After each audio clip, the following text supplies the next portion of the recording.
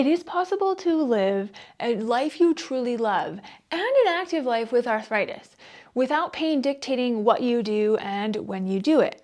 Now, as a physical therapist who's helped thousands of people not only find arthritis pain relief, but open the doors to so many adventures, I wanted to make this video for you because there are 5 things I wish everybody knew about arthritis. Now, these 5 things can help you open the doors to accomplishing what you want to. Listen to these 5 things and then share it with anyone and everyone you know with arthritis, because it's time to keep your adventure alive. Number 5 is probably the most frustrating and the most commonly missed, so make sure you stay till the end. Number 1 is that pain is not directly correlated to physical or mechanical damage inside of your joint. Meaning, every time you experience pain does not necessarily mean your joint is getting worse. Pain is a way that your body communicates with you. Think about it in terms of a fire alarm or a smoke alarm. Every time those go off, it doesn't automatically mean there's a fire. It's simply trying to alert you to something, maybe something burning in the toaster. Think about pain in the same way. It's trying to alert you to something, but it doesn't necessarily mean there's something negative happening. But in that mindset, it makes you fear movement or fear pain, in the sense that you're making your arthritis worse every time you feel it. When you experience pain, I want you to ask yourself, what is my pain trying to tell me? For example, if you are going for a walk and you start to experience pain, think about, okay, what is my pain trying to alert me to? Maybe the distance that you're walking is too much for today. Or maybe you just need to sit down and take a short break and do a few simple movements. Or maybe you need upper body support. Now, it's not always black and white. There could be a couple of different things that are contributing, but it's important to shift your thinking from, oh, this is negative, I'm doing something wrong, I'm constantly making my arthritis worse, to, I need to start paying attention to these alerts and see what I can learn from this. Number 2 is that surgery is not inevitable if you have osteoarthritis. There are so many people that are led to believe surgery is their only option for relief. They feel backed into a corner, which can lead to premature surgeries before you've tried anything else. This can lead to feeling powerless in the situation. This can play on you mentally and even impact your recovery if you feel you don't have any power in the decision. There was in fact a study done of over 48,000 people with knee osteoarthritis, and what they found was only about 2,500 of those people went on to have a replacement. They looked at about 15,000 people with hip osteoarthritis, and only about 1,200 of those went on to get a replacement. They were able to find that the lifetime risk of getting a replacement with knee osteoarthritis is less than 1/3 of people. And the lifetime risk of getting a hip replacement is less than 1/6 of the people that have hip osteoarthritis. There are options when it comes to relief. Pain is dictated by irritation and inflammation. The things that can drive up inflammation are a lot of what you have control over, which is great news, meaning you can find relief. The type of sleep that you're getting, the foods you're eating, the stress you're under, the movement you're doing, whether if it's too much or too little. And that's just to name a few. If you try these conservative measures first, you cannot lose. If you try to hone in some of these lifestyle factors, the sleep, the exercise, the food, one of 3 things can happen. 1, maybe you can avoid surgery altogether. 2, you know you've tried everything you can and now you have the power in the decision. And 3, you're more prepared for surgery. You feel stronger, you have better mobility, which can impact your recovery in a positive way. Just because you get surgery doesn't mean you failed, but you have options. Number 3, have you ever been told, just lose weight and you'll be able to find relief?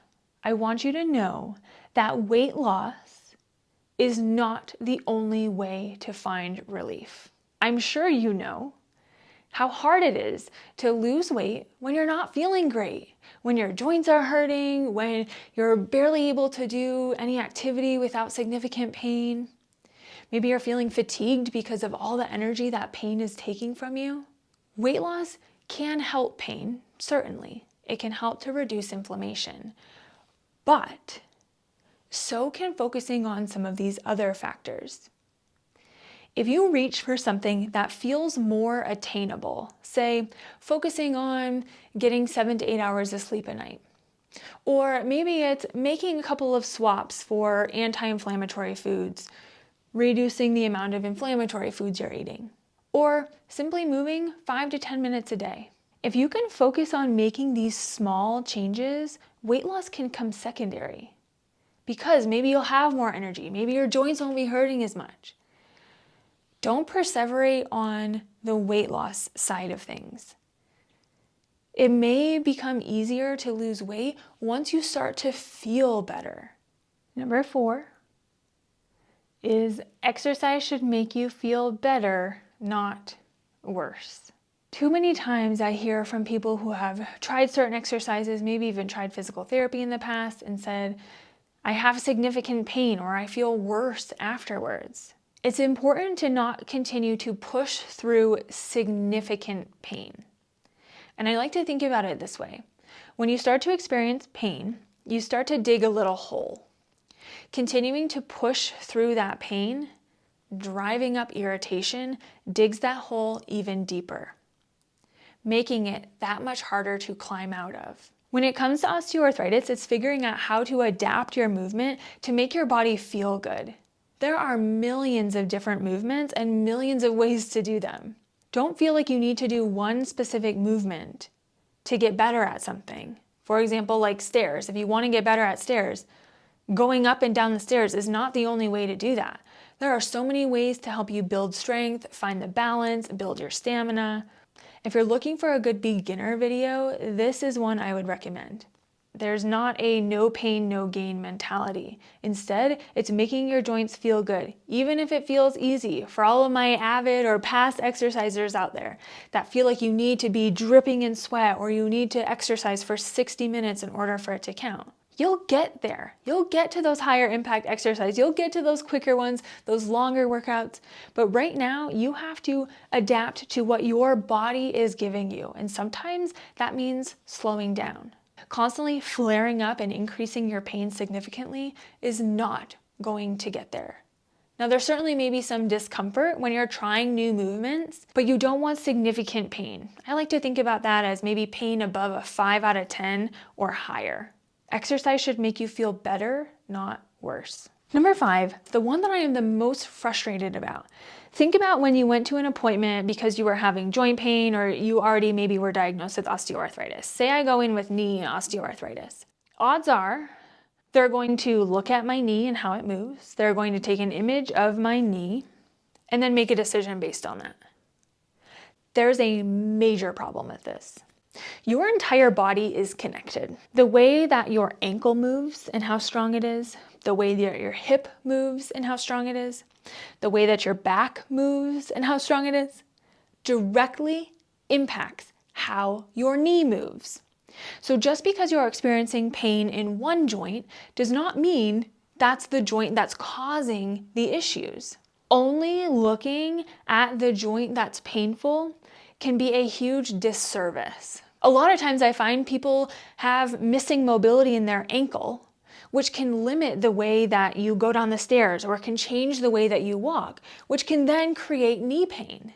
You have to look at other joints, which is why most of the movements and most of the workouts, especially in my membership Adventures for Life, are all full body.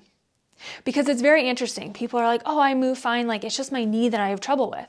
Then we start maybe doing some balance movements, or we start doing some foot mobility, or we start doing some hip mobility, and it's like, wow, I had no idea I needed to work on those areas. Especially if you're feeling stuck in finding relief, this could be one of the reasons why, that instead of just simply focusing on the painful joint, you have to look at the whole body. There's a lot to think about, and I hope that this video starts to shift your perspective from osteoarthritis being a very negative thing to I can find relief and I can do this with the right steps. Make sure you share this video with anyone and everyone you know that has osteoarthritis so they can get their power back as well. If you are looking for extra guidance, how to make this happen, how to open the doors to adventure, inside Adventures for Life, my signature membership, you will get a step-by-step pathway on how to make that possible for you. We have a supportive community that allows you to meet people who actually understand what you're going through.